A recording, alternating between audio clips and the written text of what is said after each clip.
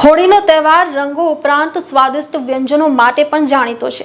તેમાં પણ ઠંડાઈ વિના આ તહેવાર અધૂરો કહેવો પડે। રંગે ચંગે મનાવવામાં આવતી હોળી પર ઠંડાઈનું વિશેષ મહત્વ રહેલું છે। ત્યારે ટૂંકમાં જાણીએ તેના ઇતિહાસને। ફાગણ માસની પૂર્ણિમા પર ઉજવાતો હોળી મહોત્સવ રંગોનો તહેવાર તો છે, પરંતુ રંગોની સાથે આ તહેવાર ઠંડાઈ વિના અધૂરો માનવામાં આવે છે। ઠંડાઈ એ પરંપરાગત ભારતીય પીણું છે, જે સદીઓથી માણવામાં આવે છે। ખાસ કરીને શિવરાત્રી અને હોળી દરમિયાન તે પીવાનું પોતાનું મહત્વ છે। આ જ કારણ છે કે લોકો વિવિધ પ્રકારે ઠંડાઈ પીને હોળીની ઉજવણી કરે છે।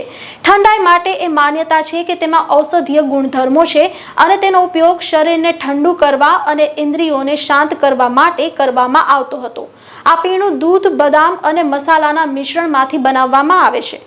તેના ઇતિહાસ વિશે વાત કરીએ તો માનવામાં આવે છે કે ઠંડાઈ સૌપ્રથમ ભગવાન શિવને ચઢાવવામાં આવી હતી અને તે મહાશિવરાત્રી દરમિયાન પણ લોકપ્રિય છે।